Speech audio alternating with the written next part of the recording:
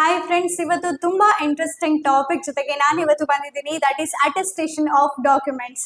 ನೀವು ಫಾರಿನ್ ಕಂಟ್ರಿಗೆ ಹೋಗಬೇಕು ಅಂತ ಪ್ಲಾನ್ ಏನಾದರೂ ಇದ್ರೆ, ಲೈಕ್ ಜಾಬ್ಗೆ, ಸ್ಟಡೀಸ್ಗೆ, PR ಗೆ ಅಥವಾ ಇಮಿಗ್ರೇಷನ್ಗೆ, ಎಲ್ಲದಕ್ಕೂ ಕೂಡ ಅಟೆಸ್ಟೇಷನ್ ಈಸ್ ಕಂಪಲ್ಸರಿ. ಅಟೆಸ್ಟೇಷನ್ ಅನ್ನೋದು ಸಿಂಪಲ್ ಪ್ರೋಸೆಸ್ ಅಲ್ಲ, ಬಟ್ ಒನ್ಸ್ ನಿಮಗೆ ಪ್ರೊಸೀಜರ್ ಗೊತ್ತಾದ್ರೆ ನಿಮಗೆ ಈಸಿ ಟು ಹ್ಯಾಂಡಲ್. ಇದ್ರ ಮೂಲಕ ನೀವು ಇಂಡಿಯಾದಲ್ಲಿ ಇಶ್ಯೂ ಆದ ಸರ್ಟಿಫಿಕೇಟ್ಸ್ನ ಅಫಿಷಿಯಲ್ ಆಗಿ ಫಾರಿನ್ ಕಂಟ್ರೀಸ್ ಅಲ್ಲಿ ವ್ಯಾಲಿಡ್ ಅಂತ ಪ್ರೂವ್ ಆಗುತ್ತೆ. ನೀವು UAE ಜಾಬ್ ಅಪ್ಲೈ ಏನಾದ್ರು ಮಾಡ್ತಾ ಇದ್ರೆ ಅಥವಾ BSc ಕಂಪ್ಲೀಟ್ ಮಾಡಿ ಸ್ಟಡೀಸ್ ಕಂಟಿನ್ಯೂ ಮಾಡೋಕೆ ಅಬ್ರಾಡ್ಗೆ ಪ್ಲಾನ್ ಮಾಡ್ತಾ ಇದ್ದೀರಾ, ಹಾಗಿದ್ರೆ ಅಟೆಸ್ಟೇಷನ್ ಆಫ್ ಡಾಕ್ಯುಮೆಂಟ್ಸ್, ನಿಮ್ಮ ಡಾಕ್ಯುಮೆಂಟ್ಸ್ನ ಅಟೆಸ್ಟೇಷನ್ ಮಾಡಿಸೋದು ತುಂಬಾ ಇಂಪಾರ್ಟೆಂಟ್. ವಿತೌಟ್ ಅಟೆಸ್ಟೇಷನ್ ನಿಮ್ಮ ಡಾಕ್ಯುಮೆಂಟ್ಸ್ ಕನ್ಸಿಡರ್ ಆಗೋದಿಲ್ಲ, ಅಂದ್ರೆ ನಿಮಗೆ ಜಾಬ್ ಅಪಾರ್ಚುನಿಟೀಸ್ ಮಿಸ್ ಆಗ್ಬೋದು. ಇನ್ನ ನಮಗೆ ಸೆಟ್ಲ್ ಆಗೋ ಪ್ಲಾನ್ ಇದ್ರೆ, ಸ್ಪೌಸ್, ಕಿಡ್ಸ್ ಅನ್ನ ಕರ್ಕೊಂಡು ಬರೋ ಪ್ಲಾನ್ ಏನಾದ್ರು ಇದ್ರೆ, marriage certificate and birth certificate for kids ಇವೆಲ್ಲಾನು ಅಟೆಸ್ಟೇಷನ್ ಮಾಡಿಸ್ಕೋಬೇಕಾಗತ್ತೆ.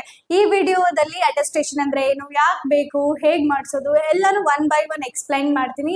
ಸೊ ವಿಡಿಯೋನ ಕಂಪ್ಲೀಟ್ ಆಗಿ ನೋಡಿ. ನೀವು UAE ಹೋಗ್ತಾ ಇದ್ರೆ 4 ಸ್ಟೆಪ್ ಇರುತ್ತೆ: home attestation, Indian embassy and UAE embassy and MOFA, ministry of foreign affairs. Video end ಅಲ್ಲಿ ಫುಲ್ ಕ್ಲಾರಿಟಿ ಸಿಗುತ್ತೆ. ಸೊ ವಿಡಿಯೋನ ಕಂಪ್ಲೀಟ್ ಆಗಿ ನೋಡಿ, ಎಲ್ಲೂ ಕೂಡ ಮಿಸ್ ಮಾಡ್ಕೋಬೇಡಿ. Let's get started.